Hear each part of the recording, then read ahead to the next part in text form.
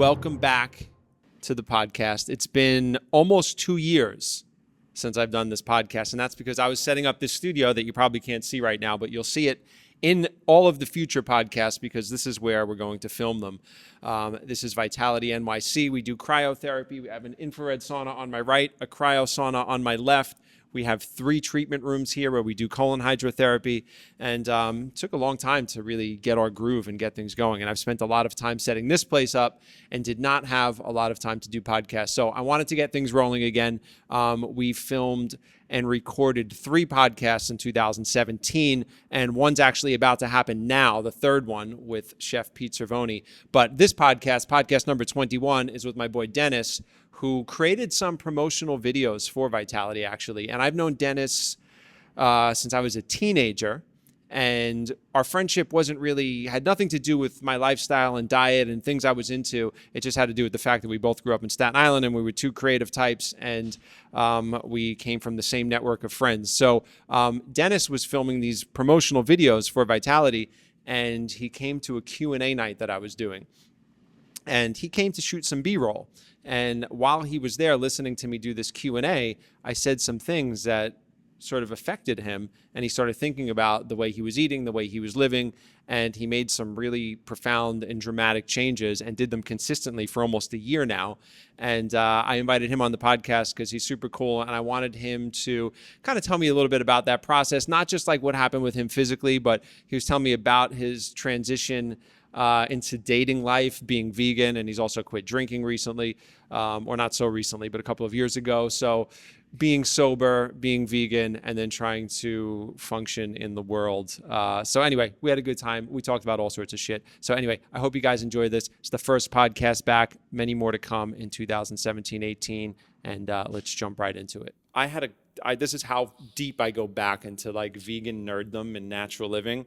We were in college, the College of Staten Island. I was working in the disgusting grill. Yeah, you were working in the cafeteria. Flipping fries. And I needed people to join. I needed to validate my student organization called Students for a Globally Sustainable Future, where I used to torture students with like videos of animals being butchered and like experimented on, which is all necessary shit to see. But it's just a lot, you know, and I used to do that. So I was like, hey, man, and I knew you from before that, from our crew. Yeah. We knew each other from the hardcore scene because it's really interesting. This is the way Staten Island works. There's and interestingly, Dr. Fred Bishy's from Staten Island. Gil Jacobs is from Staten Island. Tom DeVito is from Staten Island, who also works here. There's all of these like cleansing expert detox nerd people that are from Staten Island. But Staten Island is, when the Jersey Shore came out and people were just fascinated by it, I didn't get it. Because I was like, it's a bunch of Guidos at the beach. I don't understand. They don't exist all over the world. No. I didn't know that. They exist in Staten Island, Long Island, parts of Jersey. Yes. I didn't know that. So Staten Island's a lot of Guidos. And then there's the sort of more eccentric, artistic, creative groups of people. And it didn't matter where you went to high school. It didn't matter what neighborhood you lived in. We would all find each other. And we would go into these... like church halls and bars in these really bad neighborhoods because they were the ones that would let us do it. And that's where everybody's bands would come together and the artists would come together. And that's how we all know each other. So I knew you before that, but I needed you to validate my student organization. So thank you for that. Yeah, no problem. My colon was probably a mess back then because of what I was eating at that grill. Everybody's colon was a wreck. Yeah, except for yours. Back in those days. I was eating vegan. Yeah, but you started I was 19. That was when I was 19 years old. Yeah, you were 19 years old. Yeah. That's when you started. 42 now. And I'm 40, so my God, I was 17 when we met. Now, some of you, if you are an early podcast listener, so we're up to number 21 now. There have been 20 podcasts, and like the first 4 or 5 podcasts, I used to feature Dennis's band a lot on the early podcast. I'd use it as the intro and outro music and show a video clip because the music's incredible. The music you're doing now is incredible. Oh, thank you. And the photography and video work that you're doing now is incredible. Now, you made 2 promotional videos for Vitality. Mm-hmm. And so Dennis was like, yeah, I'm all about it. Let's do it. He said, I'd like to get some like B-roll and stuff. I said, well, I'm doing a Q&A night. So I was like, why don't you come to the Q&A night? Oh, this is big. Yeah. This is my I've seen the light moment. Yeah. And this is what I want to focus this podcast on. You came to the Q&A night. And I was just kind of doing my thing and answering questions, and we had a bunch of people there, and you were shooting video footage. And some things that I said in that Q&A night changed your entire life. And the thing that was most impressive to me is that you actually did it, and you did it consistently, and you made the complete change, and you're still doing it now, which is what? When did we shoot those videos? I think February. 6 February months? of last year we did Oh my gosh! So it's been almost a year. Yeah, it's been almost a year. Oh, So I've been well. Okay, let me open the floor here for a yeah, second. tell us what happened that Okay, night. well, first of all, for reasons that we'll get into later, I am now calling myself plant-based. All right? Okay. I'm not saying vegan anymore, and there's a whole slew of reasons why. And mostly it's because, I still deal with the idiotic questions, but it's actually other vegans that I've stopped calling myself vegan. I call myself plant-based because there's too much policing. This is fun for me. There's too because much I policing. never get, like when I see the drama that occurs throughout YouTube and Instagram and Facebook, nobody ever F's with me on anything Dude, I post or anything I think do, maybe but because other people maybe do. I'm like, So this is fascinating. I'm like new to the club, and I did it for health purposes, right? Yeah. So if You love animals too. I love animals, you know what I did for my cat, right? Oh, yeah. I'm like $3,000 in the hole because of that cat. My cat has a bacteria infection in her nose. Anyway, that's a whole other story. I don't believe in murdering animals. I don't believe in eating them. However, there are times when I buy leather. And I feel terrible about it. I buy leather about once a year. Okay. So I get policed a lot about it. So I felt that I didn't have the right to call myself a vegan because I wasn't fully aligned with the movement. So my reasons for changing over were from my health. Not that I want to go around and kill animals with a knife, like an insane person. Well, that's your primary motivation. That was my primary motivation. I don't feel terrible when I buy leather once a year because it's once a year and it'll be like a pair of boots or a belt. I also wear wool. I don't know. I guess that's not vegan either. By the way, I wear the same things. I know. So we talked about this because one day I was like, "Oh, are those docks vegan?" And you were like, "No." And then you were like, "Because plastic destroys, it's worse for the environment sometimes." Yeah, I don't even know how to properly value judge it, but there's one that's really no better than the other. Right. Yeah. So I hate to, but that's why. So it was vegans that were pushed me away from using the term vegan because I was constantly getting policed. You don't have a right to call yourself vegan. You shouldn't be calling yourself vegan. Those are leather shoes. Hey, are those leather? Is that leather? And I would have to delete comments and answer people. And I was like, this is insane.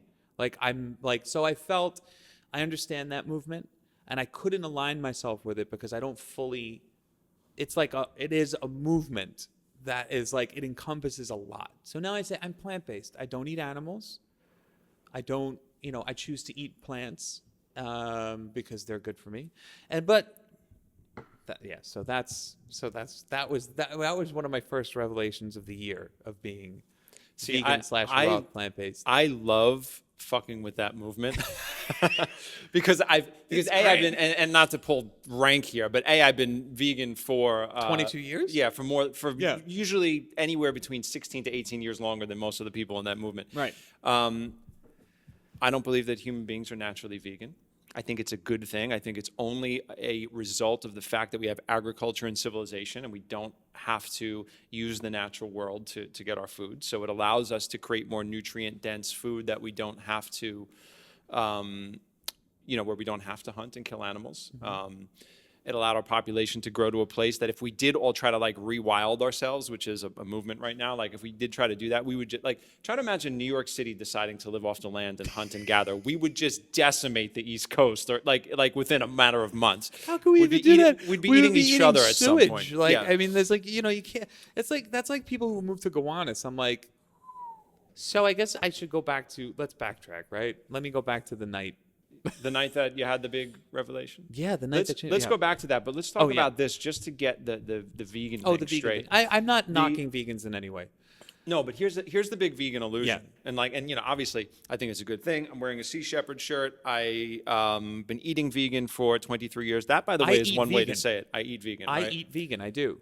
But when it comes to the nitpicking, especially in the vegan movement, the big one with me is around honey, because I have an Instagram page that has a decent amount of people that look at it. I eat honey. And I'll show like, oh, I got this raw honey from my girlfriend. She sent it in from Oregon. And it's like this delicious natural raw honey, which has a lot of great health benefits. And then the comments will start about the honey a little bit. I don't get too much stuff, but a few people will say some things about the honey. And I'm like, and this is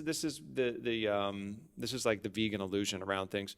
The entire food system that we have, especially the vegan one, that is dependent on pollination, right? So basically all the foods that allow us to be vegan are all dependent on pollination. And what people don't know is, like, let's take California, for example. They'll drive trucks from the almond farms down in California full of bees and hives, and then they go out and they pollinate those trees. If they're not pollinated, the fruit's not going to develop, the almonds aren't coming. Then they bring them back.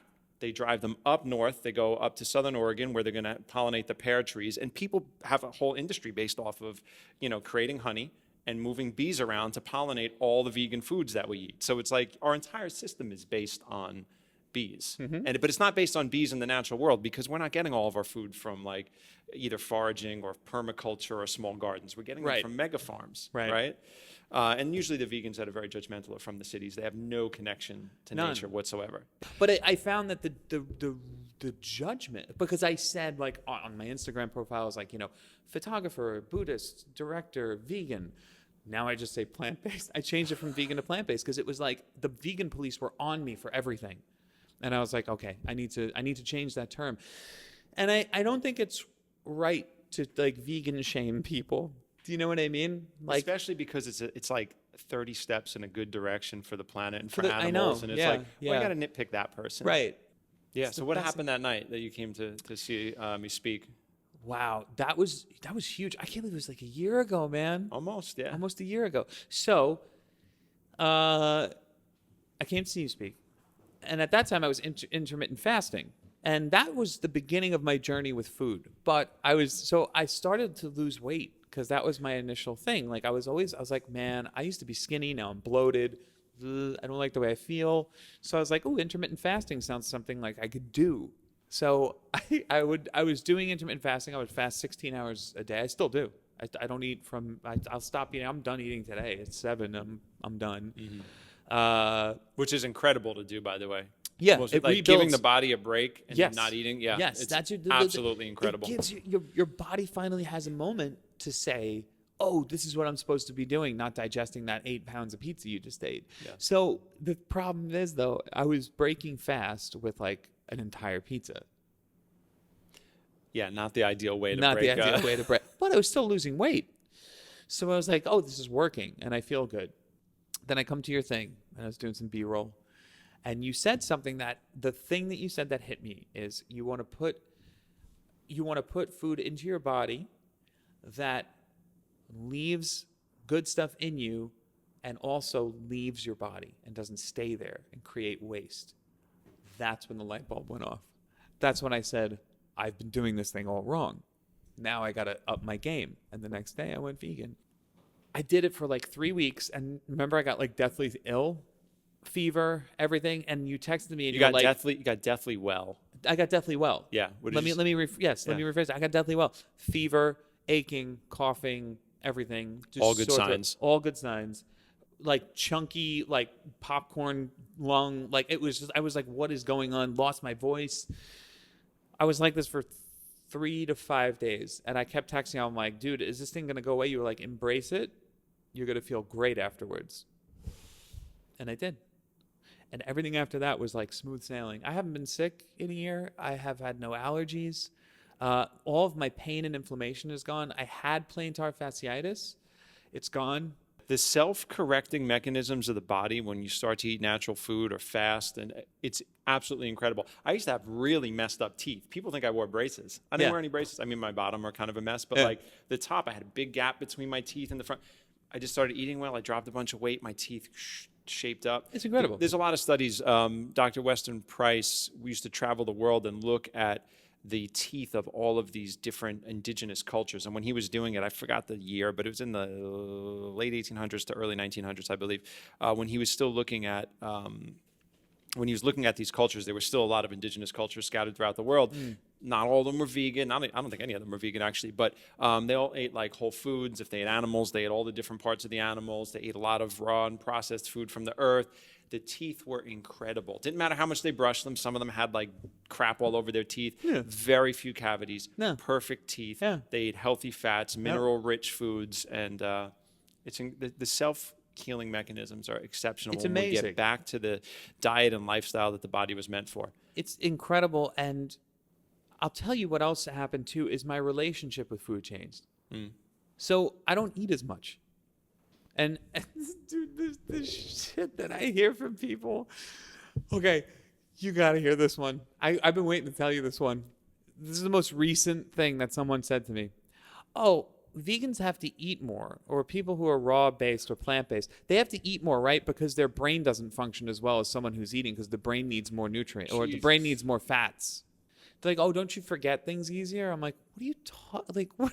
Like, are you serious? Like, these are the things that people have been told. I understand that because when I first went to the city when I was a kid, I remember getting on the R train and I saw this like really pale girl with short hair and she was like blonde and she was really pale. And I thought, oh, I must have been like 15 years old, and I thought, oh, she must be one of those vegetarians. I just thought that's what a vegetarian looked like. I don't know why. Yeah. Like, no one had ever talked to me about diet and food, but I thought, oh, she must be a vegetarian. Like, I just didn't. Right. You think that everyone's like dying when you're Yeah. vegetarian, and meanwhile, you have more nutrients in your body than you ever had in your life. Yeah, where you need less food. Where You're need more less efficient food. on less Right. food. So I'm much more efficient. I've lost an insane. You know how much weight I've lost. I lost 30 some odd pounds, over 30 pounds, and I've maintained the same exact weight. It's consistent. The more consistent I am with my diet, the more consistent I stay. So I was 190 a year ago, and now I waver between like 162 and 159. That's great for where you're at. Yeah, It's for your great. height and everything. It's great. Yeah, it's And perfect. everyone, I know. And so no one knows that that's the ideal weight. Everyone's like, you're very skinny. Are you okay? I'm like, I'm great. Like, I just went to, like my doctor said, I'm in the picture of health. Yeah, but you should check back in 2 years. I'm like, oh my God, everyone is ridiculous. It's funny. It's funny when insane. people start to eat clean and eat healthy. All of a sudden, everybody becomes an expert and they take issue with things. But if you just eat a bunch of crap and you drink all the time and you have a lot of excess weight on, nobody says anything. No one says shit. No, they just want to party with you. Yeah. That's it. That was one thing I realized is that, I was like, wow, people take offense too when they say when I say like I don't. Now that might perfectly segue into what we were talking about with vegan dating. Oh, What happened with your Tinder game? Dropped big time, huh? Okay, so my Tinder game was never strong to begin with. I don't know why, because I'm devilishly handsome. But what happened was, I started putting, I said one of the things I put was I'm vegan. What I noticed was on Bumble and Tinder that as I was going through the women, Bumble's where it's girls, like the Sadie Hawkins dance of apps. They have to make the first move. right, and Bumble's the one where like There's some the hot women vegans are on more, Bumble. I found they're few and far between, but I found them. but the women are tend to be more together and looking for relationships on Bumble. No, How do I put this without sounding misogynistic? They all, if they're at a certain age, they just want kids. Like they're like, I'm ready. Like they're very forward about it. They're like, I am looking for the real deal. on Bumble, Tinder Yeah. not so much, right? Tinder's like, you want to hang out? Okay, understood. Bumble's I think a little bit more- you changed from being vegan, and I don't know how you put it in your profile. Well, no, I but put you're it as sober vegan. too. I You're put it as sober too vegan. now, right? Because you don't. Oh smoke, yeah, I you don't. Oh my God. Okay, so check this out. Vegan. I don't drink, and I run my own business. My Bumble game, my Tinder game, gone after that. Vegan and not drinking, forget it. First of all, every profile, every 3 profiles. Again, this is like a trigger. I enjoy delicious cocktails. I'm a self-made person. Entrepreneur. All caps. Vegan swipe left. Like angry that someone is vegan. And I'm like, why? Like I accept that you're eating garbage, now that brings us to another point. Do you date outside of raw vegan world? And I would say yes. I would date I someone. would say without a doubt, yes. Yeah, I would never discriminate because I don't want to be discriminated against. Plus, you limit your options down to, there's so many People are going to yell at me for wearing leather shoes. It's true. You better watch the vegans you date. I know. They'll cut my legs off. But yeah, I always tell people, I'm like, look, you limit your options tremendously. It was ridiculous to say, like, I'm not going to date you because you eat a steak once in a while. Like, no, look, the only thing is that I do try to date people that don't drink a lot because I can't get on that level. That I understand. Yeah, I can't get on that level. If you're going out and you're getting hammered, you and I are not going to get along.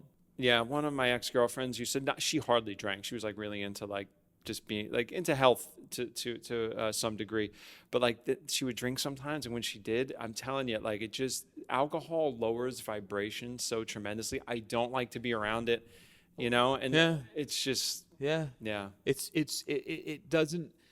I don't mean like one or two drinks. I mean when people go out for the night and drink, and then all of a sudden you're like holding their head over a toilet. Like, it's just like, I literally stand there and I'm just like, I want to be compassionate to this person I'm with, but get me the fuck out of this situation. Get me out of this. Just get me out of this. And the thing is, here's the thing.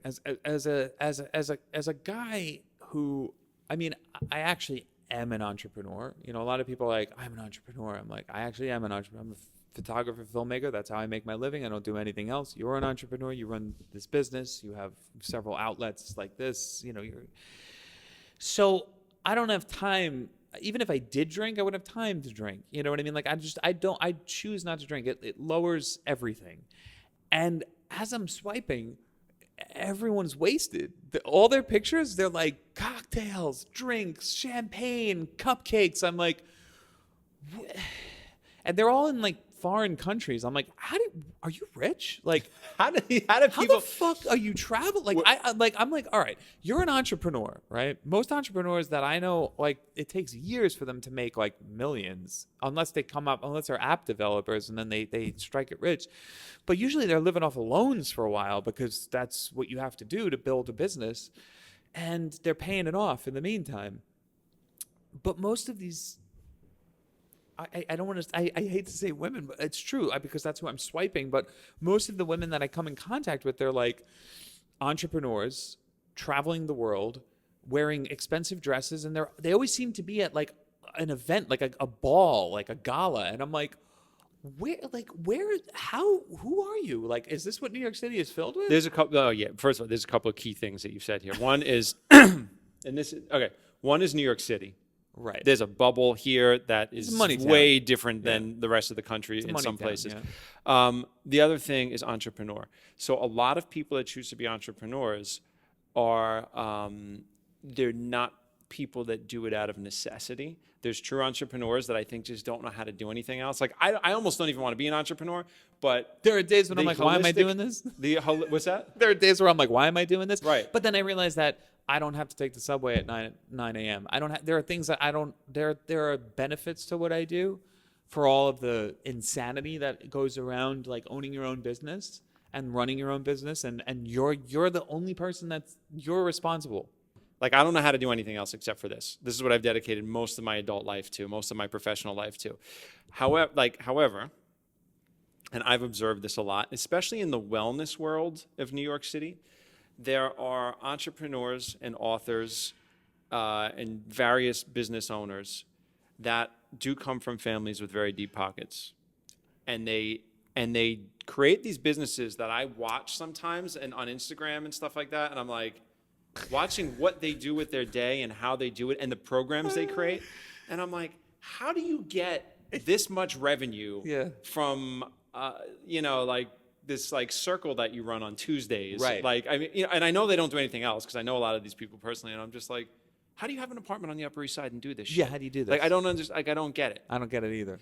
We went off course a little bit. Yeah, we did. You talked that about was good, though. Being sober, being vegan, and being an entrepreneur being a turnoff to people on dating apps. Well, everyone's an entrepreneur on dating apps. First of all, every person, every woman on Tinder and Bumble. Now, hold on one second, because I know I'm going to get a lot of flack from this. I am not a misogynist. I love strong women who make their own money and who are successful, and I support that 1,000,000 whatever percent. I have read tons of books on feminism, and I agree with it, and I love it. I am just talking about what I have observed from being a male on the other side of this. And if you want to hear that through no filter, that would be great. So, the women that I have noticed on Tinder and Bumble, most of them are entrepreneurs and alcoholics. I'm not, and this is not judgmental. When every picture, there's champagne in their hand. The first thing in their profile is, I enjoy tasty cocktails. I swear to God, if I can put together a compilation of how many women have that in there. So it's interesting. Is that an alcoholic trait to not allow yourself a potential connection because that person doesn't drink? Absolutely. And so I think that it's an enabling society. So alcoholism, okay, in New York, people are very busy. They have very stressful jobs. They have insane, if you work for PR, a lot of people work for PR or whatever. They go out and get smashed because that's how they deal with it. They don't deal with it through, now there's like wine at yoga classes. I'm like, I have friends that are lawyers and stuff, and I'll meet them for a movie at 6:30 p.m. Well, I used to when I had a life, but years ago, and they would get to it by like 6, and they'd be hammered already, and they'd be like, "Oh, I had a late lunch with a client," and I'm just like, "Wow, that's your day?" Yeah, it's amazing. And so me saying I don't drink, they're like, "Well, how are we gonna hang out?" I'm like, "Really? You can't hang out and not get smashed." Like, first of all, I can't have sex if I'm drunk. Like, I stopped being able to have sex when I was drunk a while ago. Like, not perform. It wasn't enjoyable. I was like, this sucks. If you're going to be present for any part of life, that should be one of the most important moments that you're present for. When you're at that's the peak of intimacy between two people, and I want to be sober for it, And the joys of sober sex is wonderful. So the first thing that everyone after saying I enjoy tasty cocktails, then they go through their whole life story about what they're doing and what they want, and then at the end it's let's meet up for drinks. There's no other option. Let's meet up for drinks. It's such an alcohol-based society, especially in New York City. Now I'm talking about these aren't women in their 20s. They're 35, 40, 42. They're they're living in a perpetual existence of drinking, doing CrossFit, and then going eating sliders. And to me, I'm not being judgmental or passing a massive judgment, but that's not a good way to live. Well, you're not in alignment with that. I'm not in alignment with it. Exactly. And yes. I'm not like judging speaking it. Two different languages. Let me bring us back to that night where you came in to do the Q&A. Did we go off on a tangent? We went off on a tangent a little bit. Everything good happened to me. First of all, you get ripped without doing anything. Because your body sheds all the shit that it's holding on to. Just everything. So our body wants to exist in the most perfect state possible. That's why when we cut our finger, cut our arm, we don't have to do anything as long as it's not too much of a traumatic injury. But you don't have to do anything. It just fixes it. It just automatically goes, fix this. Yes. It wants to do that to us systemically. Yep. The problem is we just give it other shit to do all day, usually 3 times a day plus snacks. Right. I just banged the table. So we usually what we do is we give it tons of garbage to process through. It never gets to fully complete that garbage. We wake up the next day feeling like garbage, and that's where coffee culture comes in. That's where deep food cravings of wanting to put in heavier foods in the morning comes in, because the best way to shut down the residual effects of toxicity is by putting in more toxicity. As anybody knows that stops doing something that's poisonous for them, immediately they start to crave it, especially if it's a drug, right? Yes. Especially if it has a drug-like effect. So you went into that process. You went into a letdown period. You started to detox. I still detox. Yeah. And it'll go on for a long time. And it will go on for a long time. And I embrace it. Mm-hmm. There are times when what was amazing was recently. So some of the benefits that happened was shed a lot of weight, skin beautiful. I mean, my skin is starting to look like yours. I couldn't believe it. But the other day I was like, wow, I've come so far from a year ago. You used to have a lot of big skin eruptions and stuff. Huge skin eruptions. I still have sometimes. Like I just got one here. But that's because I switch moisturizers. Sometimes your skin reacts to moisturizers. Like dermatologists say that. But you'll have stuff, bouncing out of your skin for a Things long bounce time. out of I your had skin. it happen all the time. Yeah. I'd get really oily, and I had periods where I had pimples all over my back, and Yep. your body's just pushing Everything's things just- out. yeah, All push the it out. garbage is getting pushed out. Yeah. But I was a 36 waist. I'm now a 31, between 31 and 32. I had to the one thing that was very expensive was I had to instead of getting everything tailored, because my suits were so big that I was like, I can't even get I got to get new suits. I gave like 5 pairs of jeans to my friend Arthur Valerio. I gave him like 5 pairs of jeans once because I lost so much weight. You lose so much weight. Yeah. And like I said, I've kind of leveled out, but I also still lose weight. And I love it. I don't eat as much.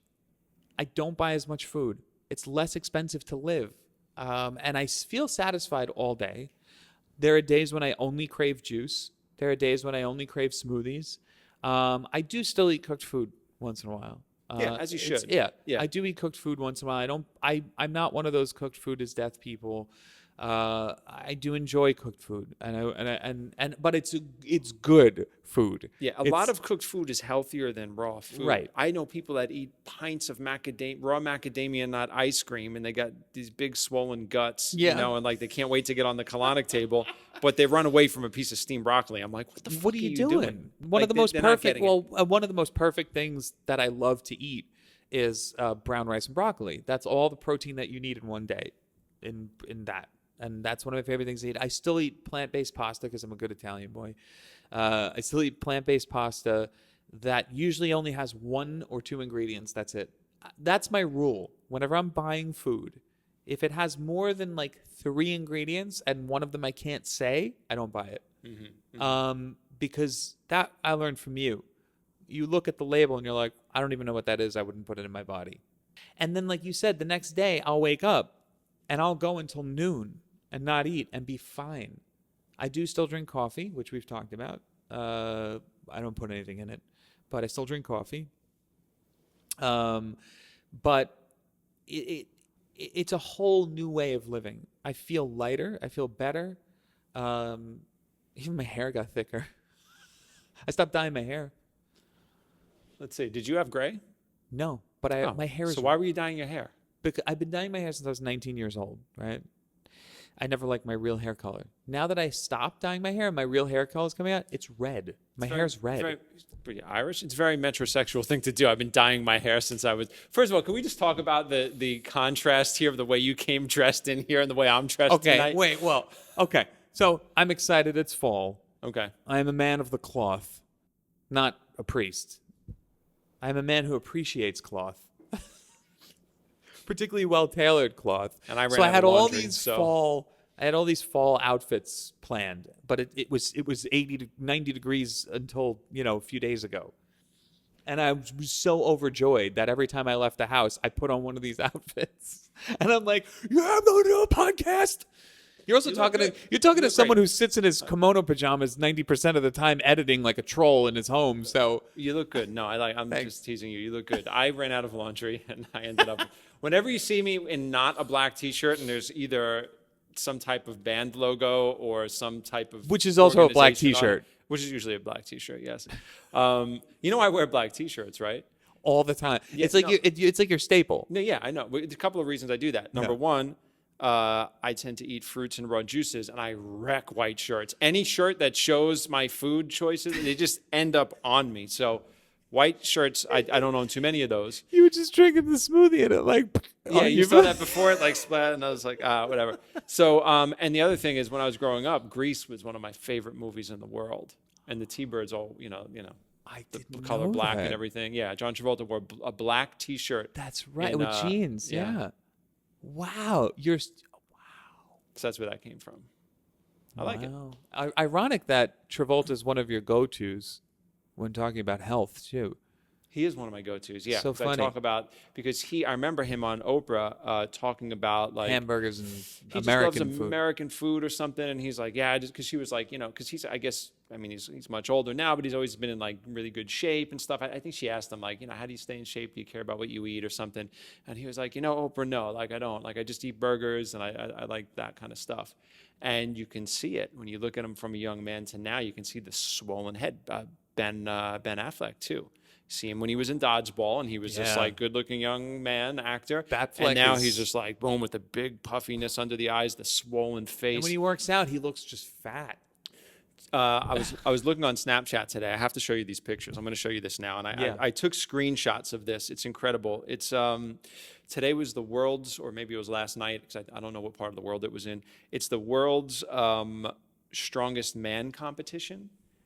And every time I've seen one of these competitions or video footage from it, they're dudes with like swole arms, like just They're big dudes. They're not bodybuilder types. They're not the Mr. Olympia types, because they're not focused on definition and body sculpting, but they're just focused on moving weight. And they're usually big dudes.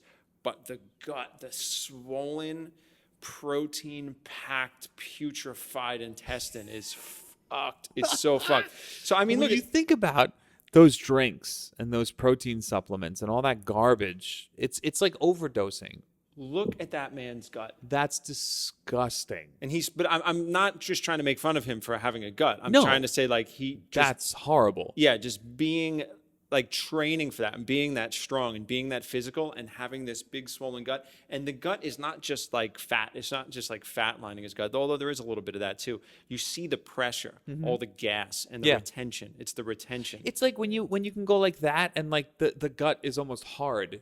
You know what I mean? Like that's how you know it's, oh my God. Come on, look at that body. What the fuck is going on with He's that guy? swollen. His chemistry is fucked. It's fucked. His chemistry is totally fucked. And these guys die very, very, very early. Yeah, they die early. I mean, that's the guy that I would want, pulling me out of a car wreck, because he's definitely strong as fuck. I mean, could probably that's great. lift the car up, yeah. But like that's not the kind of chemistry I would want to create if I'm trying to live a long time. Absolutely not.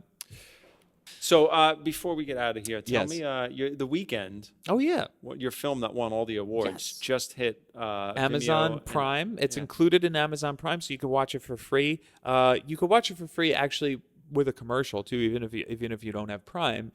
And you can also download it if you want to own the 20-minute film for $1.99. You can do that, but we're offering it for free because it's a 20-minute film. It won a shit ton of awards. I've not seen it yet. 40 awards. It forever changed my life as a filmmaker, because now I'm like, all right, I can make movies. You do something like that and you get that kind of recognition. It's like, I should probably continue to do this. It means I've done something right. So now I'm making my next short, which I'm the star of, because I was like one less person to direct. Death and Disco Fries. Death and Disco Fries. There's a line where I make fun of my own health choice. It's really funny. It's really, really funny. But it is about it's about death, okay? And the line is, it's not against vegans. It's not against plant-based people. But you never know when it's going to happen. You just never know when it's going to happen. So no matter what your life choice is, you always have to live without regret. Live with a conscious awareness of death. Live with a conscious awareness of death, and don't be afraid of it. And so it's this kind of wonderful tale of you have to go... You have to leave this place with no regrets. Well, cool, man. Thank you for doing a podcast with me. You come back and do another one sometime. Hope you can edit it. There's a lot of shit that needs to get edited out of this. Yeah. Or you can edit it together to make me just like sound like a person who is just totally misogynistic and angry that he's not having sex. That's how you should edit it. I actually don't think I need to edit it to make it sound like that. So anyway, thank you, my man. Thank you, brother. Thank you. This was awesome. We got to do it again. My friends, I hope you enjoyed that podcast. We will be back with Gil Jacobs. Dr. Fred Bishey will be here again. Lots of new people coming onto the podcast. So, all right. Till then, we'll see you guys next time.